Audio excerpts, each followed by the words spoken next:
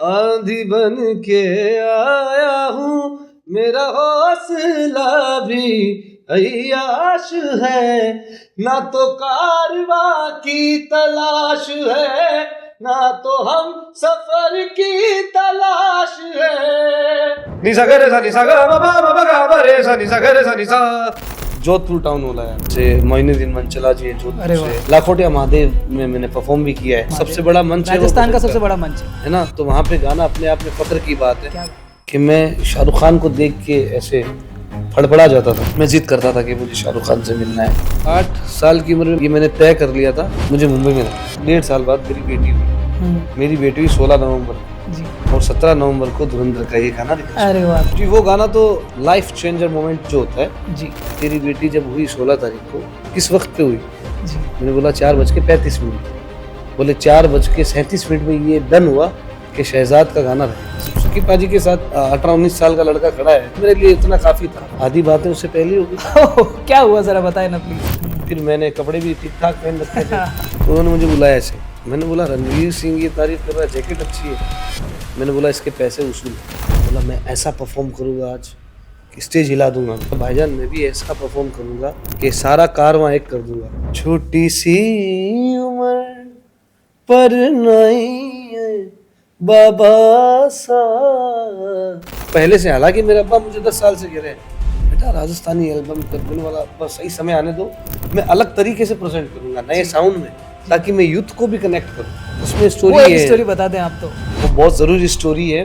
भगवान श्री राम जी का रोल अदा करते थे रामलीला में। तो उनको चारों वेद रामचरितमानस बाय हार्ट थी। उनका जो फेस है वो दिलीप कुमार साहब और शाहरुख खान का जो फेस है, वो दोनों का मर्ज ऐसा लग रहा है कि दोनों का मर्ज करके अल्लाह ने बनाया।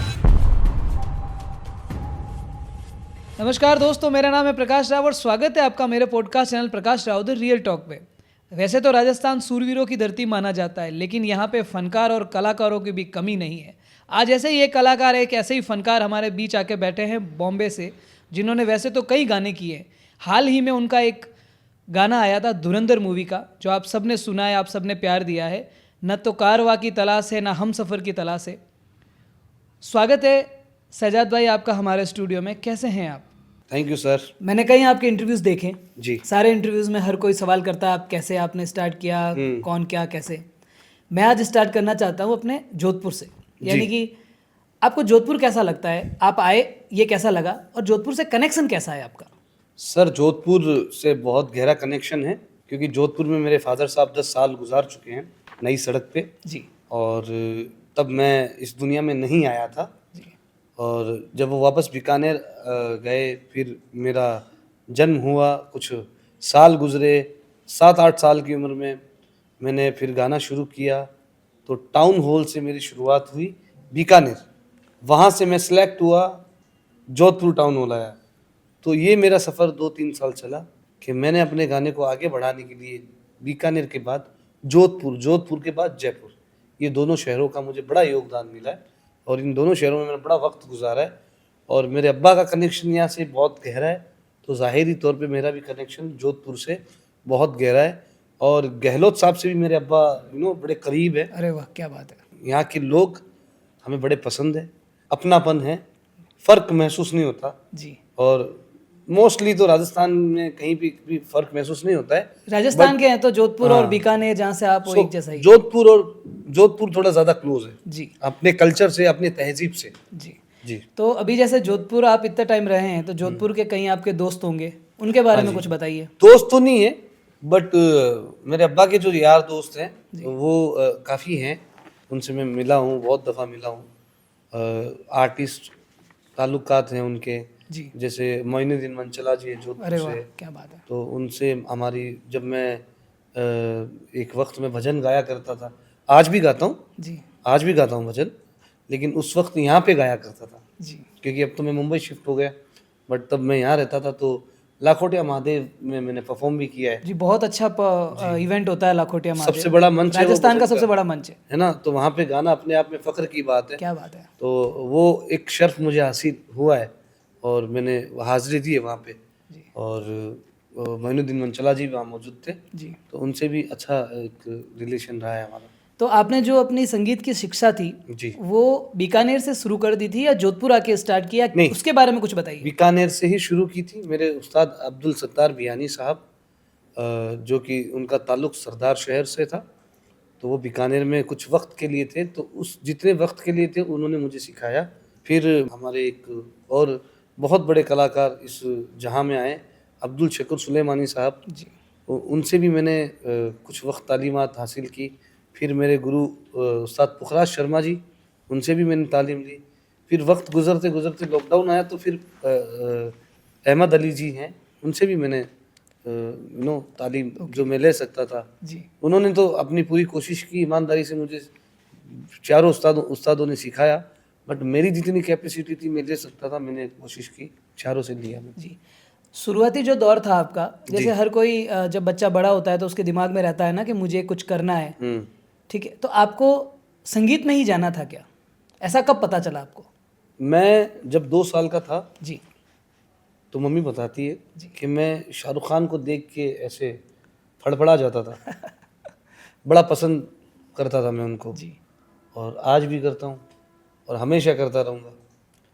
आपका लुक कहीं कहीं शाहरुख खान जैसा लगता है, आपने थोड़ा मेंटेन किया है उसको। सो मैं ये अलग स्टोरी बताऊँगा आपको। ऐसा है नहीं वैसे, बट हाँ, सिमिलैरिटी कहीं ना कहीं लोग कहते हैं, जी बट मेरा इसका रीज़न कोई और है, बताऊँगा मैं आपको। सो 2 साल की उम्र से मुझे ये था कि मम्मी बताती, फिर मैं 4-5 साल का हुआ, 6 साल का हुआ, तो मुझ में थोड़ी सी समझ आ गई थी। मैं ज़िद करता था कि मुझे शाहरुख खान से मिलना है।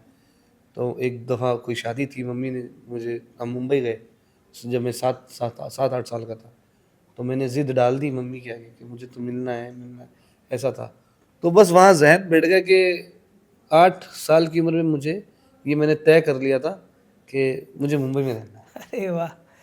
फिर मेरे अब्बा ने मुझे गाना सिखाया, मैंने काफ़ी चीज़ें शुरुआत की। फिर मेरी शुरुआत हुई ईटीवी राजस्थान से, मैंने एक आइटम पेश किया, सेनारो बायरिया धीमो मधुरो चाल, जी तो तब मैं 9 साल का था। तो फिर वो गाना आज भी आपको याद आता होगा जो नहीं, मैं आपने गाता पहला हूँ, गाना जो किया था आपने, कौन मैं सा था, गाता हूँ। जरा प्लीज आप गा के बताएंगे? पहली परफॉर्मेंस दी थी आला जिलेबी मांड समारोह में, जी डॉक्टर अजीज साहब उनके बेटे, उन्होंने मुझे फर्स्ट प्राइज़ दिया था।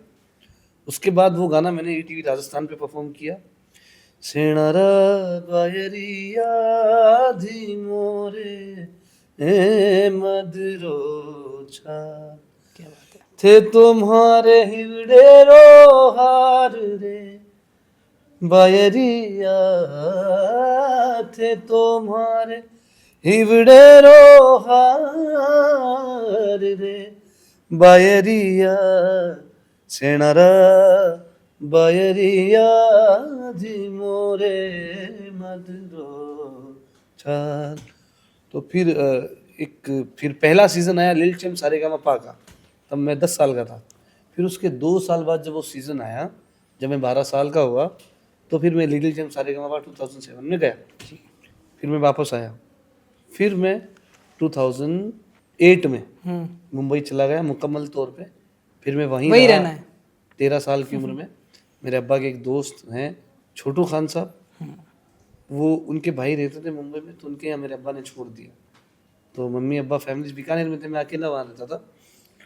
तो उनका बड़ा एहसान रहा है ज़िंदगी में, उन्होंने मुझे संभाला। एक बड़ी जिम्मेदारी होती है ना जी किसी बच्चे को रखना, है ना, तो उन्होंने बड़ी एहसानात उनके हैं मेरे पे।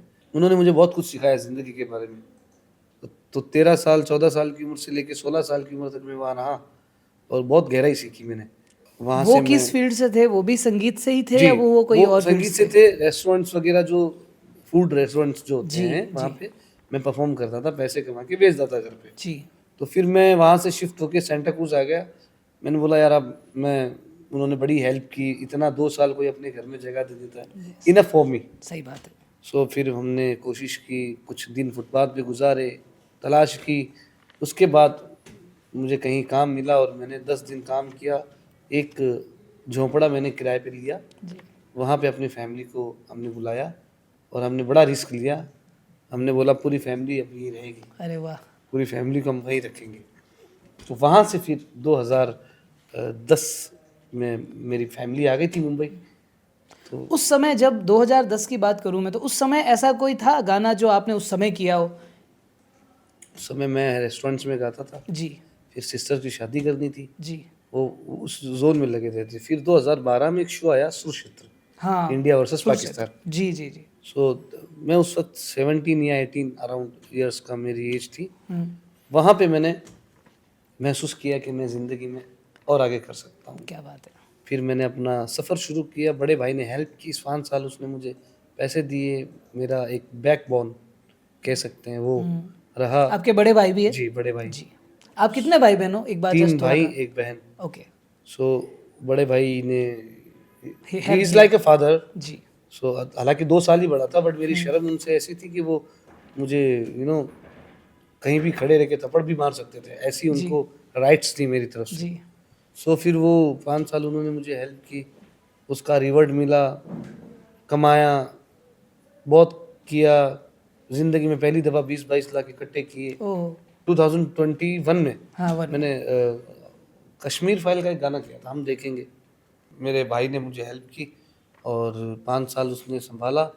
जब उसने हेल्प की तो तब मैं ना 2000, 5000, 7000 की शोज़ करता था। शो करने लगा था मैं सुक्षेत्र के बाद। तो बाद में जब मेरे बड़े भाई की बेटी हुई, तो फिर सडनली में 50-60 हज़ार मुझे मिलने लगे। जी। तो उसके बाद 2022 में आई लॉस्ट हिम, ओके। जो मेरे बड़े भाई थे, उनकी डेथ हो गई, 30 साल के वो थे। फिर 1 डेढ़ साल में डिप्रेशन में था। तो फिर वक्त गुजरा, वापस से खड़ा हुआ, पैसे कमाए, वापस से खुद को ज़ीरो से स्टार्ट किया जी 2022 से। फिर छोटा वाला जो भाई है, उसको फिर बेटा हुआ मेरे बड़े भाई की डेथ के 3 महीने 3 बाद। महीने बाद। ओके। तो थोड़ा सा सुकून ऐसा जो होता है ना, कि घर में एक नया सदस्य आता है तो हाँ, थोड़ा। फिर वक्त गुजरा, काम करना शुरू किया, पैसे कमाए। फिर मेरे छोटे वाले भाई की जब बेटी हुई 1 साल पहले, फिर मैंने मुंबई में घर खरीदा। अरे वाह, क्या बात है।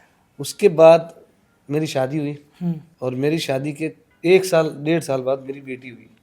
मेरी बेटी हुई 16 नवंबर को जी। और 17 नवंबर को धुरंधर का ये गाना रिलीज। अरे वाह, क्या बात है। तो बेसिकली इस बात का पॉइंट ये कि 3 बच्चियां आई, तीनों ने तीनों ने कुछ न कुछ मेरे लिए वो वो कहीं ना कहीं से लगी रही आपके लिए, बहुत अच्छी है। अभी जैसे हम धुरंधर तक पहुंच ही गए हैं, तो एक ऐसा गाना जो कि बहुत अच्छा हिट हो गया है, ठीक है, हर किसी की ज़ुबान पे है और हर कोई उसको प्यार कर रहा है, तो उस गाने के बारे में कुछ बताइए। और वो गाने की अगर 2 पंक्तियां अगर हो जाए तो मज़ा आ जाएगा।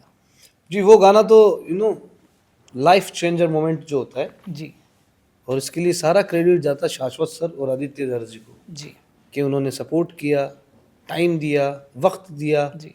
तब जाके मैं वो डिलीवर कर पाया। बहुत बढ़िया।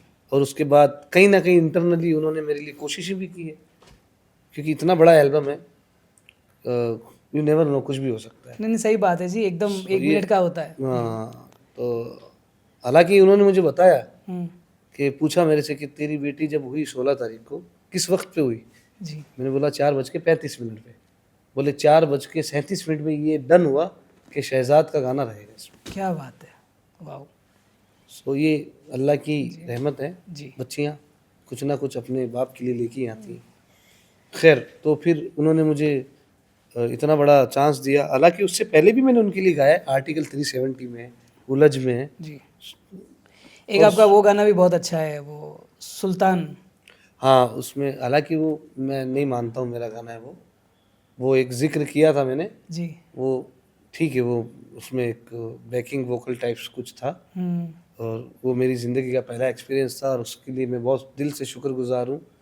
इंडस्ट्री के बहुत बड़े रिदमिस्ट हैं, he is a legend, Raju Sardar ji, जी जिनका ताल्लुक बीकानेर से, जिन्होंने मुझे विशाल शेखर सर से मिलाया। और विशाल शेखर सर इतने अच्छे हैं जी। कि उन्होंने मुझे सुना और दूसरे दिन स्टूडियो में सुखी पाजी के साथ खड़ा कर दिया। क्या बात है। तो that is okay with me. मतलब सुखी पाजी के साथ जी। एक 18-19 साल का लड़का खड़ा है, बहुत बड़ी बात है। जिनको वो ख्वाब में ही देख पाता था उनको, जी वो हकीकत में उनके साथ जा रहा है, मेरे लिए इतना काफ़ी था। काफी सही बात उस है। वक्त एक की आर्टिस्ट के situation, लिए ये हाँ। बहुत बड़ी बात होती है। तो आई वॉज हैप्पी, मुझे कोई इस चीज़ का रिग्रेट नहीं। शाश्वत भाई ने फिर ये मुझे इतना बड़ा चांस दिलवाया, चांस दिलाए। और आज आपके सामने अरे आपने सर। मुझे बुला लिया। तो ये भी खुश नसीबी है कि आपने याद सर वो गाना आप विश्वास नहीं करेंगे, मैंने खुद ने कई बार सुना है और मुझे विश्वास ही नहीं हुआ कि जब कल परसों बात हो रही थी कि भाई साहब अपने पॉडकास्ट में आ रहे हैं, किया। अब विश्वास नहीं करो मुझे वो गाना, मतलब मैंने गाना अभी तक मैं कितनी बार सुन लिया होगा। चलो आपके लिए गा देते हैं। जी सर प्लीज। आंधी बन के आया हूँ, मेरा हौसला भी अय्याश है, ना तो कारवां की तलाश है, ना तो हम सफर की तलाश है। क्या बात है सर, बहुत ही बढ़िया, बहुत ही बढ़िया। Thank you so much sir. Sir जैसे कि मैंने एक वीडियो में देखा था, रणवीर सिंह जी आपके साथ में एक स्टेज पे बहुत एनर्जी से एकदम डांस कर रहे हैं, जी। तो जैसे ही गाना खत्म हुआ होगा, ठीक है, जब वो एनर्जी वो उन्होंने एकदम आपके साथ परफॉर्म किया और आप भी उसके साथ में एनर्जी के साथ परफॉर्म करो, उसके बाद क्या बातें हुई होगी? आधी बातें उससे पहले होगी। क्या हुआ जरा बताएं ना प्लीज। वो खड़े थे, जी चारों तरफ बाउंसर्स खड़े थे। जी अब बाउंसर खड़े ऐसे जी सी बना के, जी और रणवीर जी और मैं उसी सी के अंदर खड़े। जी। उनको नहीं पता मैं कौन, ना उन्होंने पूछा। सो बाद में उनको शायद लगा होगा कि यार ये बंदा यहाँ खड़ा है, उसको कोई रोक नहीं रहा है, तो कुछ ना कुछ फिर मैंने कपड़े भी ठीक ठाक पहन रखे थे, तो उन्होंने मुझे बुलाया ऐसे, मैंने बोला जी भाई। बोले जैकेट बहुत अच्छी है। Oh nice. मैंने बोला रणवीर सिंह ये तारीफ कर रहा है, जैकेट अच्छी है। मैंने बोला इसके पैसे वसूल हो गए। क्या बात है। मैंने बोला थैंक यू। बोले ऐसी जैकेट मेरे पास भी है। फिर उन्होंने मुझे ऐसे he is a very energetic person, जी मुझे पकड़ा, बोला मैं ऐसा परफॉर्म करूँगा आज कि स्टेज हिला दूंगा मैं, क्या लिटरली। हम्म, तो फिर मैंने बोला मेरा भाईजान मैं भी ऐसा परफॉर्म करूँगा हाँ कि सारा कारवां एक कर दूंगा। तो उनको क्लिक हुआ कि मैं शहजाद हूँ जिसने कारवां गाया है। अरे फिर उन्होंने मुझे जकड़ा, और इतनी जोर से जकड़ा, और 10-15 मिनट तक वो सेलिब्रेट कर रहे थे कि मैं वो शख्स हूँ जिसने कारवां गाया है। तो मैंने बोला सर, तो फिर उन्होंने बोला मुझे मैं पक्का आऊंगा जब तुम स्टेज पे परफॉर्म करोगे।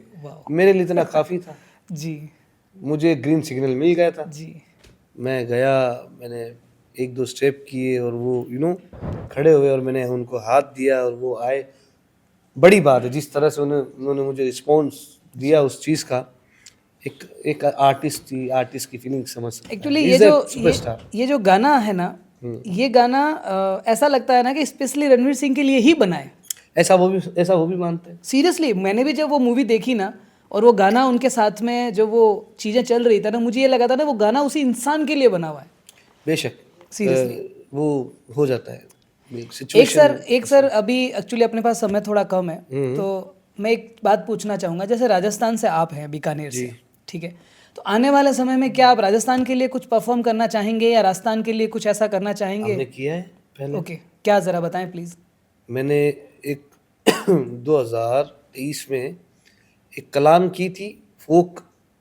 यहाँ पे दरगाह है जी नरहड़ शरीफ, पता होगा आपको? जी, जोधपुर में? नहीं, अपना ये जयपुर के आसपास है। ओके जी नरहड़ शरीफ, पिलानी। जी हाँ, पिलानी में एक जगह है नरहड़, हम्म, वो नरहड़ शरीफ के नाम से जानी जाती है, हाजिब शक्करबार। जी तो उनकी एक कलाम मैंने की थी, है जे नरहर साचो पीर, पीर सैयद मतवाड़ो, नरहर साचो पीर। तो वो मेरी ज़िंदगी का सबसे ड्रीम प्रोजेक्ट था, जो क्योंकि मैंने उसको राजस्थान में भी Rajasthani as a folk represent करना था, जी और राजस्थानी में सूफीज़म कैसे मर्ज करना है वो मैंने कॉम्बिनेशन बिठाया था। तो जब आप यूट्यूब पे सूफी स्कोर चैनल पे ये डालोगे, नरहर साचो पीर, जब आप उसका विजुअल देखोगे और अरेंजमेंट और गाना, टोटली हमने बहुत नए साउंड में, लाइक कोक स्टूडियो टाइप्स, हमने उस चीज़ को सरंजाम देने की कोशिश की, और लोगों ने बड़ा पसंद किया उसको। फिर हमारे एक दोस्त हैं जोधपुर से, ऋषि सिंह सिसोदिया जी, उनके साथ मैंने गाना किया छोटी सी उम्र में। जी हाँ हाँ हाँ, वो मैंने गाया, वाह, जो ट्रेंडिंग में रहा है काफ़ी समय। मूमल, छोटी सी उम्र वाला कौन सा, जरा एक बार थोड़ा जो अभी रिलीज हुआ था 6-7-8 उसके महीने दो पहले। मुखड़े अगर हो जाए प्लीज। छोटी सी उम्र पर नहीं बाबा सा कई थारो करो मैं कुसूर हो छोटी सी उम्र। फिर हमने मूमल किया, जी फिर सुवटियो किया। सुवटियो जी टी सीरीज राजस्थानी के लिए तो मेरे दोस्त हैं ऋषि सिंह सिसोदिया, बड़े ज़बरदस्त डायरेक्टर हैं वो, जी ज़बरदस्त उनका काम है। जी जब मेरी उनसे मुलाकात हुई, सलाम दुआई, मुझे लगा ही नहीं कि इतना अच्छा काम करने वाला भी है राजस्थान में। जी सर, राजस्थान वैसे तो वीरों की धरती कहा जाता है, लेकिन फनकार और आर्टिस्ट से भी भरा हुआ है। नहीं, फनकार और आर्टिस्ट से सिर्फ राजस्थान ही भरा हुआ है। जी हाँ, हमारा म्यूजिक सबसे ज्यादा रिच है। रिच बट मैं बात कर रहा हूँ फोटोग्राफी हो या फिर कोई जी कोई भी और आर्ट डायरेक्शन के तौर पे मैं बात कर रहा हूँ। But he is a great director I think जी इन राजस्थान। बहुत जल्दी वो हमारे स्टूडियो में भी आने वाला है। इंशाल्लाह podcast बुलाएं के आप, लिए। ऐसे लोगों जी, को जरूर। जरूर बुलाएं आप। जी जरूर मेरी गुजारिश आपसे ये। तो राजस्थानी का जो थॉट है जी वो पहले से, हालांकि मेरे अब्बा मुझे 10 साल से कह रहे हैं बेटा राजस्थानी एल्बम कर, मैंने बोला अब्बा सही समय आने दो, मैं अलग तरीके से प्रेजेंट करूंगा नए साउंड में, ताकि मैं यूथ को भी कनेक्ट करूं। आने वाले टाइम में कोई ऐसा प्रोजेक्ट राजस्थान के लिए आपके पास? हम प्लान करेंगे इंशाल्लाह, वेरी श्योर। एक और चीज़ पूछना चाहूँगा, जैसे कि धुरंधर का भी एक और पार्ट रिलीज होने वाला है। फर्स्ट पार्ट में तो आपने गाना किया, क्या दूसरे वाले पार्ट में भी कोई ऐसा गाना है आपके पास में धुरंधर का? देखो, जैसे इसके लिए कॉल आया था उसके लिए भी आ सकता है। ओके वो बहुत दिमागदार लोग हैं जी और दिल से काम करने वाले लोग हैं। जी अगर उनकी स्टोरी में शहजाद अली की आवाज़ कहीं जा रही है तो शहजाद अली की जाएगी, जी अगर नहीं जा रही है तो ज़बरदस्ती करना अच्छी चीज़ नहीं है। दो बातें, एक अच्छी और एक बुरी, ऐसी यादें जो आपको याद आती है हमेशा, एक बहुत अच्छी याद जो आपको हमेशा जहन में रहती है, और एक ऐसी जिसको आप याद करके बहुत दुखी हो जाते हो कि यार ऐसी बात तो ये मेरे साथ, वो बताएं। सबसे अच्छी बात ये है कि भाई का साया बाप के बराबर था, तो ये एक खुशी की बात है। हमेशा सोचता हूँ तो भाई पे प्राउड फील होता है। जी और ये सबसे दुख की बात है कि वो आज वो इस आज दुनिया मेरे में पास मौजूद नहीं है। एक ही लॉस है मेरी ज़िंदगी का, जी और उससे बड़ा दुख कोई नहीं है, और उसने जो सुख दिया उससे बड़ा कोई सुख भी कोई नहीं है। क्या बात शायद मेरे माँ बाप का भी नहीं होगा, है। मतलब मेरे माँ बाप से पहले मैं उसको, जी ऐसा नहीं है कि वो नहीं इस दुनिया में, इसलिए बात है जब वो मौजूद था तो मुझे उससे कोई बात मनवाने के लिए मेरी इतनी औकात ही नहीं थी कि मैं डायरेक्टली पूछ लूँ उससे। जी तो मैं अब्बा को फ़ोन करके बोलता था कि मुझे एक काम करना है, आप उसे समझाओ कि मैं करूँ या नहीं करूँ। तो ऐसा सीन था। जी, बड़ा भाई होता है जी, बड़ा भाई बहुत। हम्म, जी सर, बहुत अच्छा लगा आपसे बात करके। ज़बरदस्त। जो समय मिला, सेम ही है सर, सेम। जो समय मिला उसको हमने यूज़ किया, जी जी क्योंकि हमारे पास बहुत कम समय है। एक छोटी सी चीज़ पूछना चाहूँ, आपने एक बीच में बोला था कि शाहरुख खान का जो मेरा लुक है उसमें भी एक स्टोरी है, उसमें वो स्टोरी एक है, स्टोरी बता दें आप तो। वो बहुत ज़रूरी स्टोरी है। मेरा नाम है पूरा शहजाद अली डागर। जी मेरे अब्बा के बड़े भाई, उनका नाम था राजकुमार डागर। जी he was great actor, but वो एक्टर थे, भगवान श्री राम जी का रोल अदा करते थे रामलीला में, वाह तो उनको चारों वेद रामचरितमानस बाय हार्ट थी। जी सो लोग कहते, फोटो भी है, मुझे भी पता है जी कि उनका जो फेस है वो दिलीप कुमार साहब और शाहरुख खान का जो फेस है वो दोनों का मर्ज, ऐसा ऐसा लग रहा है कि दोनों का मर्ज करके अल्लाह ने बनाया हुआ है। वाह सो कुछ 2-3 या 4% मेरा जो फेस है हम्म, वो उन पे मिलता है। जी ऐसे बुजुर्ग कहते हैं मेरे, और अब्बा भी कहते हैं, और जिन लोगों ने देख रखा है वो भी कहते हैं। जी सो ये है वजह।